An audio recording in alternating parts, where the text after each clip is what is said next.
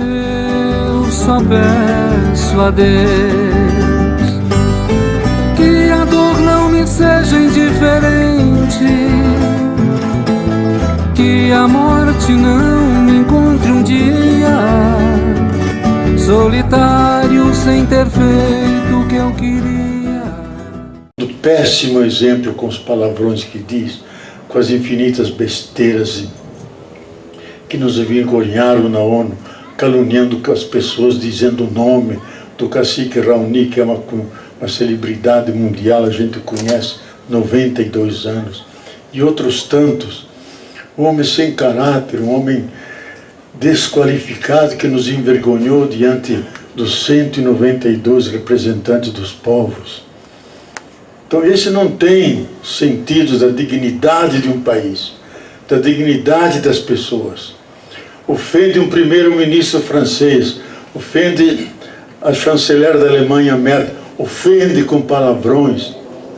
Que alguém que julga a pessoa pela aparência, sem saber a sua vida, seu coração, quem é essa pessoa, mostra que perdeu todo o sentido do seu limite, da sua responsabilidade, daquilo que é o rito oficial de um portador de poder, porque o poder não é só um poder de exercer as decisões, de tomar as decisões.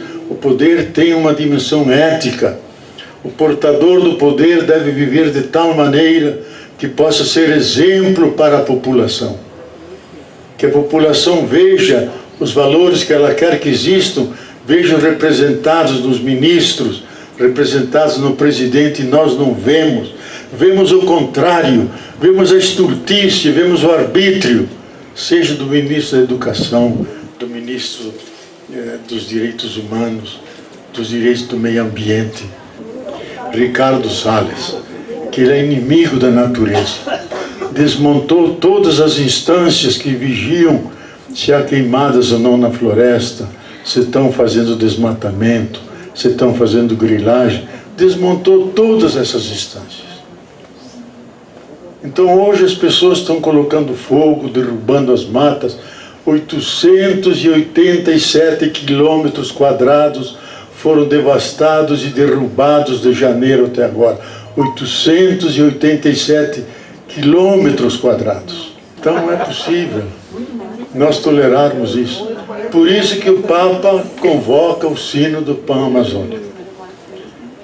E ele é tão curto lá em cima de geografia, que pensa que a Amazônia é só brasileira. A Amazônia recobre 9 países,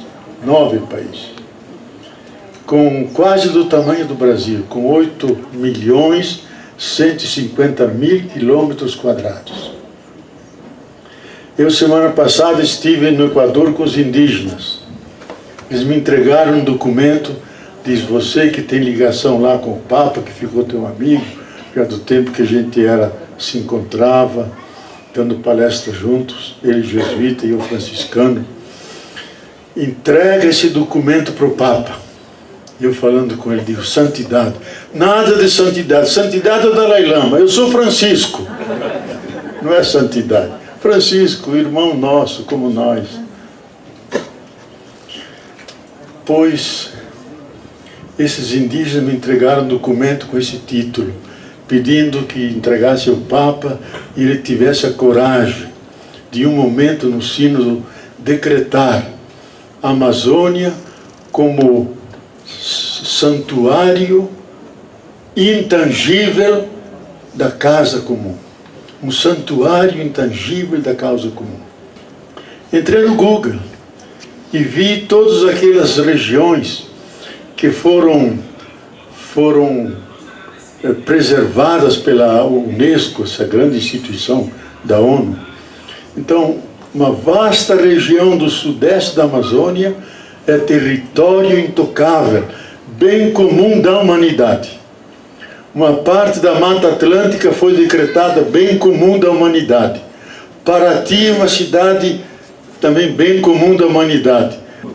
Ouro Preto da mesma forma. Digo, bom, vamos pedir ao Papa que complete o número daqueles da ONU, que decrete no fim desse sínodo que a Amazônia é um santuário santuário intangível, sagrado, cheio de dignidade para a humanidade, para a casa comum terra.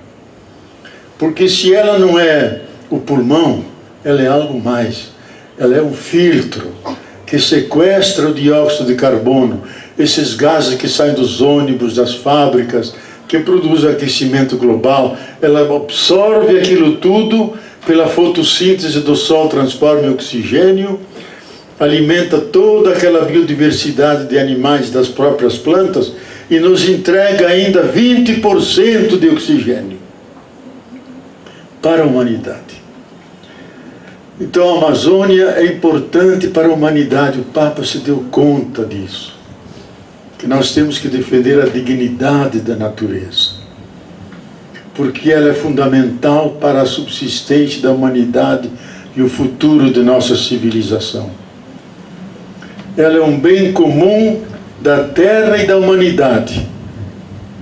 Está sob a administração do Brasil, nessa parte que são 63%, está sob a administração do Brasil, muito mal feita, mas ela não pertence ao Brasil, ela pertence à humanidade, pertence à terra. Eles têm a administração, mas não têm a posse da Amazônia. O nosso gênio lá em cima queria fazer um sino do paralelo, como se a Amazônia fosse só brasileira. Quando ele se deu conta e informaram a ele que ela recobre 9 países e que ele não pode mandar nos outros países porque eles têm a sua soberania, ele logo tirou o corpo fora, e todas as pessoas que tinham algum saber sobre a Amazônia disseram: nós não vamos, para não passar vergonha. Então ele desistiu de fazer um sino do paralelo. Graças a Deus, um momento de lucidez que ele teve, um pouquinho de inteligência que sobrou ainda na sua cabeça. Olha, a nossa luta era pelos direitos humanos, como direitos à vida, para todas as pessoas. Um dos projetos mais belos que o nosso Centro de Defesa dos Direitos Humanos tinha se chamava Pão e Beleza. Um dos mais belos projetos chamava Pão e Beleza. Embora Petrópolis seja uma cidade considerada rica, mas atrás de cada morro tem favelas. Nós temos 103 favelas em Petrópolis. Elas não são muito visíveis, porque se escondem atrás daquelas montanhas todas. Então havia muitos pobres e famintos, gente de rua. Criamos, ajudados por empresa, até a Petrobras nos ajudou muito, e outras instâncias, criamos o momento do pão. 300 pessoas podiam comer fartamente naquele nosso centro de defesa. E eram recebidos com uma bandinha, podiam tomar banho. Nós tínhamos um montão de roupas usadas e lavadas direitinho que eles podiam vestir, comiam. Isso era o momento do pão. Depois vinha o momento da beleza, onde eles se reuniam à tarde para primeiro descobrir o próprio nome, que ninguém tem nome, só apelido. E era uma grande coisa serem chamados pelo nome. Ver juntos um vídeo, discutir os seus direitos. Quem era doente, a gente fez uma articulação com médicos. Quem tinha algum problema psiquiátrico, com gente que cuida disso. E a primeira coisa que pediram uma sala para eles poderem dormirem tranquilos. Porque diz, nós na rua dormimos, as pessoas passam e chutam a gente, não deixam nem dormir. Diz, não precisa dar cobertor, nem travesseiro, nem nada. A gente se deita e dorme de pé espalhado. Primeira coisa que pediram. Vocês vejam a coisa mínima de poder dormir. Lógico, não pudemos levar avante, mas conseguimos, quando Patrus Ananias, o mineiro daqui, era ministro, conseguimos que a prefeitura abrisse 2 grandes restaurantes populares, pagando R$1, e nós assumindo a parte de educação, de assistência, porque nós queremos não só matar a fome de pão, queremos também alimentar a fome de beleza, de dignidade, e a gente continua trabalhando com isso. O grupo é muito menor. Na última reunião que fizemos, eu fui dizer a todos eles: meus irmãos e minhas irmãs, a casa de vocês, voltem para cá, Para que disse isso? Eles lá na rua estão fora e dizem, o Frei Bofo disse que a casa é nossa, e eles vêm lá e pedem para comer e entram porque diz, o Frei Bofo disse que a casa é nossa. Mas é isso mesmo, devemos manter as portas abertas, fazer o que podemos, mas fazer alguma coisa para eles, devolver dignidade. Vocês não podem imaginar a alegria quando a pessoa de repente diz o seu nome, porque eles não têm nome, têm apelido, e é chamado pelo nome. E eu fui abraçar a eles, um começou a chorar, nunca ninguém me abraçou, já faz 20 anos você me abraçou. Gente, é a coisa mais humana que tem, sentir a pele do outro, nós somos irmãos, somos da mesma família. Então a dignidade implica isso, resgatar o ser humano, a sua humanidade. A lei máxima da ética é trate humanamente cada ser humano. Nós não tratamos humanamente os seres humanos. Tratamos o cachorro por qual tem hospital, tratamos o gato, os nossos gatos em casa, a gente leva para o hospital quando estão doentes. Tratamos eles. Mas as pessoas humanas, pobres, marginalizadas, nós não as tratamos humanamente. Isto é, não reconhecemos dignidade a elas. E dizer, você é meu irmão, você é minha irmã. Importante dizer isso. Fazer uma pedagogia da pele, que ele possa sentir que de fato ele é um ser humano, não é um trapo jogado por aí. Então os direitos humanos é defender essa realidade mínima, a humanidade, resgatar a humanidade perdida. Nós estávamos avançando com os direitos da natureza, que é os direitos das águas de serem limpas, das plantas de continuarem de pé, que o vosso lago aqui, a várzea das flores, eu até gravei um textozinho de apoio. Que essas águas têm direito de serem respeitadas, de serem mantidas limpas, porque água... Gente, está faltando água no mundo, vou tomar minha parte antes que acabe. Sem água não há vida! Que a água é um bem natural da natureza, é um bem vital, não há vida sem água, um bem comum para todo mundo, é insubstituível, não dá para substituir. E ela é importante para os seres humanos, para as plantas, para os animais. É um bem ligado, tão ligado à vida, que não há vida sem água. Daí o direito fundamental de proteger as águas. Defender os direitos da natureza. Nós estávamos nessa discussão. Os direitos da Mãe Terra, de não ofender esse sistema tão belo. O dia 22 de abril é sempre o dia da Terra, e se chamar o dia da Mãe Terra. E era um velho projeto daqueles países que têm ainda indígenas. Existem 150 milhões de indígenas. Cada país tem seus redutos, seus espaços onde vivem indígenas. Segundo os dados da ONU, há 150 milhões de indígenas ainda. Então eles tinham o projeto, porque eles chamam a terra de Pachamama, Magna Mater, Mãe, Nana, sempre Mãe, algo vivo, que nos dá tudo que nós precisamos para viver. Sempre é rejeitado. É coisa de Índia, coisa mitológica, é coisa que não é científica, mas foram percebendo os tufões, a falta de água, os eventos extremos, enchentes de um lado, grandes secas do outro, e temos que discutir a terra. Então fizeram as discussões e para a sessão final de votação chamaram o Evo Morales, presidente da Bolívia, como representante dos indígenas. Um dos discursos mais impressionantes que eu escutei na minha vida.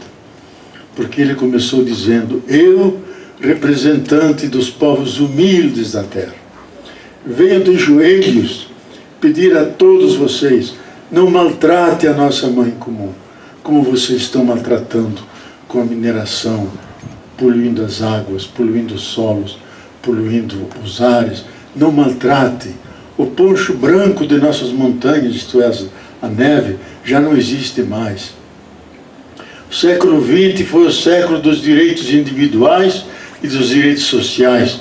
O século XXI será o direito da natureza e da Mãe Terra. Aí faz um elenco dos direitos. Até no livro meu que está aí, Como Cuidar da Casa Comum, eu ponho isso tudo. Aí ele faz uma pausa e diz: ou nós acabamos com o capitalismo, ou o capitalismo acaba com a humanidade. Silêncio, só os socialistas aplaudiram. Só os finalmente. Agradeço esse começo de aplauso.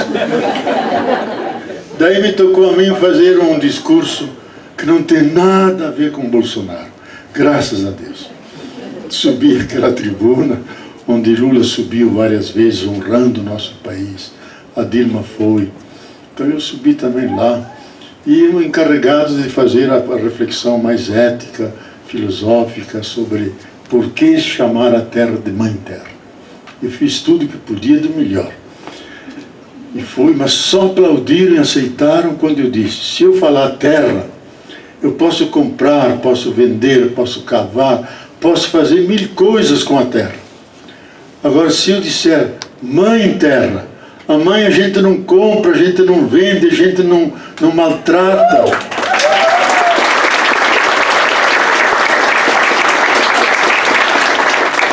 Então isso que nós falamos de nossas mães, devemos falar da terra, nossa mãe comum.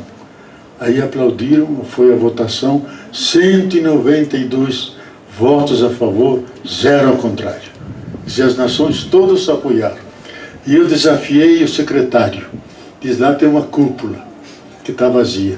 Disse: senhor secretário, quando vocês estiverem confusos, não souberem as soluções para os problemas, olhe lá em cima e coloque um globo terrestre, a Mãe Terra, invoque a Mãe Terra lá em cima. Ela vai iluminar vocês para descobrir os caminhos melhores. Ele disse que ia fazer. Na próxima viagem que for para lá, vou verificar se fez ou não. E se não fez, vou lá nas orelhas dele. Viu? Então, os direitos da Mãe Terra, porque ela não é isso a ciência de hoje provou, que a Terra é um super-organismo vivo, que articula o físico, o químico, o ecológico de tal maneira que ela sempre produz vida.